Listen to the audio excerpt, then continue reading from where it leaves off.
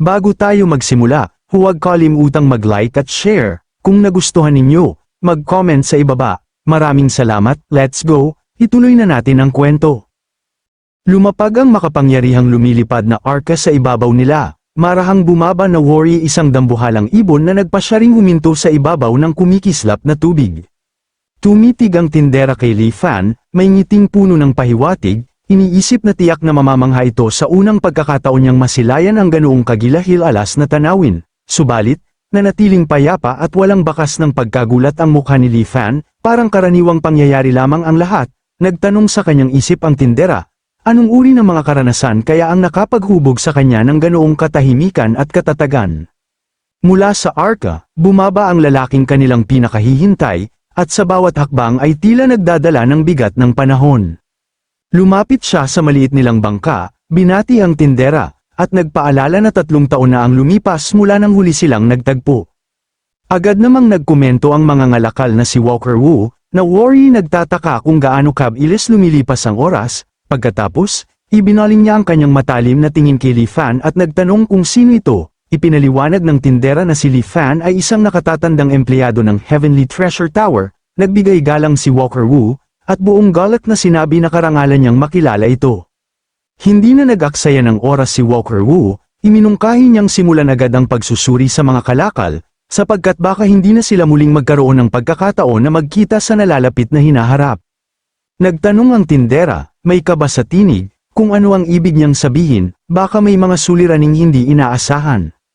Sagot ni Walker Wu, ni siya mismo'y walang malinaw na detalye, biglaan lamang siyang nakatanggap ng utos mula sa punong tanggapan, lahat ng mga ngalakal sa karagatan ng kung yun ay kailangang itigil ang operasyon at agad na bumalik.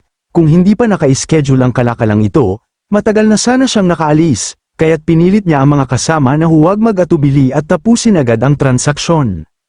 Napaisip ng malalim ang tindera, ang Heavenly Treasure Tower ay umunlad sa pulo ng Liuli dahil sa matibay na suporta ng Wanha Chamber of Commerce, ngunit nang biglaang umurong ang samahan mula sa karagatan ng Kungyon, nagdulot ito ng pangamba sa kanyang puso para sa kinabukasan ng Heavenly Treasure Tower, lalo siyang nagtaka kung bakit walang anumang babala o palatandaan bago sumapit ang ganitong pangyayari. Naputol ang kanyang malalim na pag-iisip nang muling magsalita si Walker Wu, ibinalik siya sa kasalukuyan, humingi siya ng paumanhin, ipinaliwanag na nahipo ang kanyang damdamin, at mariing sinabi na oras na upang simulan ang pagsusuri sa mga kalakal. Sa loob ng kubyerta ng arka, pinangunahan ni Li Fan si mga ngalakal Walker Wu sa hanay ng mga materyales na kumikislap sa ilalim ng liwanag, bawat isa ay tila nagtataglay ng sariling lihim. Itinuro niya ang mga bagay na kanilang ibebenta, 16 na pares ng jade disc na kumikislap na parang mga mata ng sinaunang Diyos, 23 piraso ng coralay na nagliliwanag na parang apoy sa ilalim ng dagat, at 46 na perlas na nag-aalab na Worry, mga bituin na nahulog mula sa kalangitan. Sa kanyang itinuro ang 3 piraso ng Starsea Quicksand, nakalagay sa unahan na parang mga hiyas mula sa kailaliman ng cosmos. Napahinto si Walker Wu, nabihag ng hiwaga, at lumapit upang siyasatin ito ng siya mismo. Walang kahirap-hirap niyang inangat ang mabigat na bato, na ikinamangha ni Li Fan, sapagkat ang bawat piraso ng meteorite iron ay may timbang na hindi bababa sa 50 jin, subalit sa mga kamay ng mga ngalakal ay tila wala itong bigat. Inilapag ni Wu ang bato na may kasiyahan, at ipinahayag na tunay na mapalad ang tindera sa pagkakaroon ng ganitong pambihirang kalidad ng mga bagay, lalo na ang Starsea Quicksand. Nagpalitan ng tingin ng kaluwagan sina Li Fan at ang tindera, at sa katahimikan ay kinilala ni Li Fan na tama ang hatol ni Xiao Heng. Ipinahayag ni Wu ang kanyang labis na kasiyahan sa mga kalakal mula sa Heavenly Treasure Tower. Sa pagkaalam na maaaring hindi na muling magkita ang magkabilang panig sa mahabang panahon, inanyayahan niya ng espesyal ang tindera at si Leon na sumakay sa lumilipad na arka ng Wanha Chamber of Commerce bilang mga pinarangalang panauhin. Matapos silang kumain at uminom ng busog, pinangunahan sila ni Walker Wu sa bodega ng arka, isang silid na puno ng mga bagay na kanyang nakalap mula sa iba't ibang pulo sa karagatan ng Kungyon, ang ilan ay walang kapantay ang halaga, samantalang ang iba ay misteryosong walang tiyak na gamit, binili lamang niya dahil sa kanilang kakaibang anyo. Sinabi ni Walker Wu na kung may anumang bagay na nakakuha ng kanilang interes, malugod niya silang inaanyayahang pumili ng ilang piraso. Natuwa ng labis ang tindera, at sa kanyang puso ay pinuri ang sariling instinto na laging naghahanap ng mabuting kapalaran at nakaiiwas sa panganib. Para bang nakatagpo siya ng kayamanang hindi inaasahan, si Li Fan naman ay tahimik na nagmasid, iniisip na ang koleksyon ay walang halaga para sa kanya, pawang makamundong mga bagay lamang, subalit, sa pagkakita sa kasab-ika ng tindera, nagpasya siyang samahan siya sa paglibot sa bodega.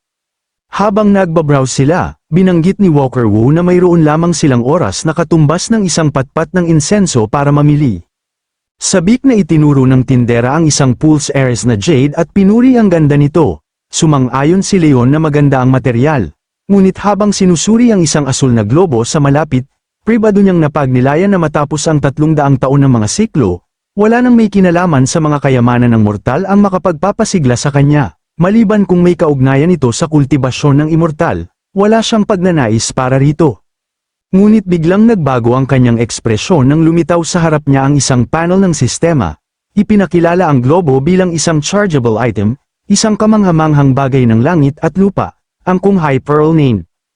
Tinanong ng panel kung nais niya itong i-charge, nagulat siya nang malaman na ang globo ay isang wondrous item na hindi pa ganap na nahinog, agad siyang kumilos. Ibinalik ito sa orihinal na pwesto, at ipinaalala sa sarili na hindi siya maaaring magpakita ng anumang tanda ng pagkasabik, nagkunwari siya ng kawalang interes, at nagpatuloy sa pagsusuri ng iba pang mga bagay hanggang sa anunsyohan ni Walker Wu na tapos na ang inilang oras. Sadyang iniiwasan ni Li Fan ang pagtingin muli sa Kang Hai Pearl, tinanong ng tindera kung balak niyang pumili ng anuman, ipinaalala na ang gayong kabutihang loob mula kay Walker Wu ay bihira at hindi dapat sayangin. Inilapag ni Walker Wu ang isang kamay sa balikat ni Leon at sumang-ayon, na sinabing hindi loikal na pumasok sa isang bundok ng kayamanan at umalis ng walang dala, na para bang tinatanggihan ang kanyang pagkamagiliw, hinikayat niya itong pumili ng isa. Sumagot si Li Fan na tatanggapin niya ang alok, na sinabing mag-aspang kung tatanggi siya. Itinuro niya ang mga bagay sa harap nila, kasama ang globo, at sinabing kukunin niya ang dalawang yon. Pinuri ni Walker Wu ang mata nito sa kalidad, at ipinaliwanag na ang sinaunang estatwa ng jade na puno ay natuklasan sa isang ilang na pulo sa pinakadulong hilaga ng karagatan ng Kumyon. Ito ay sinasamba ng isang primitibong tribo sa loob ng libu-libong taon at sinasabing may mga himalang epekto. Ayon sa kanya, ang pag-iingat nito sa bahay ay makapagpapakalma ng isip at magpapalakas ng katawan. Saka inangat ni Li Fan ang globo at tinanong ang pinagmulan nito. Walang pag-aalala niyang sinagot ni Walker Wu na binili niya ito mula sa isang mangingisda sa pulo ng Liuli.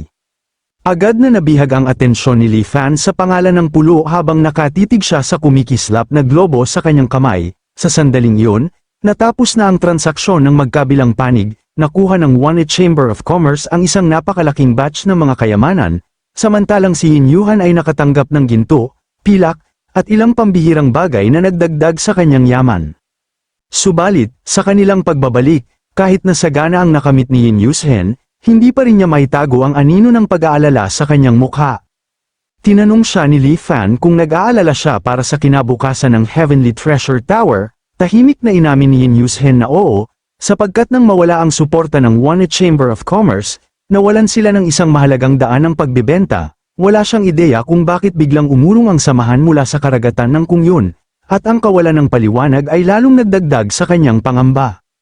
Ngunit si Li Fan, sa kanyang payapang tinig, ay nagsabi na kapag ang kariton ay umabot sa bundok, tiyak na may lilito na daan patungo na hindi na kailangang labis na pag-isipan ang usapin.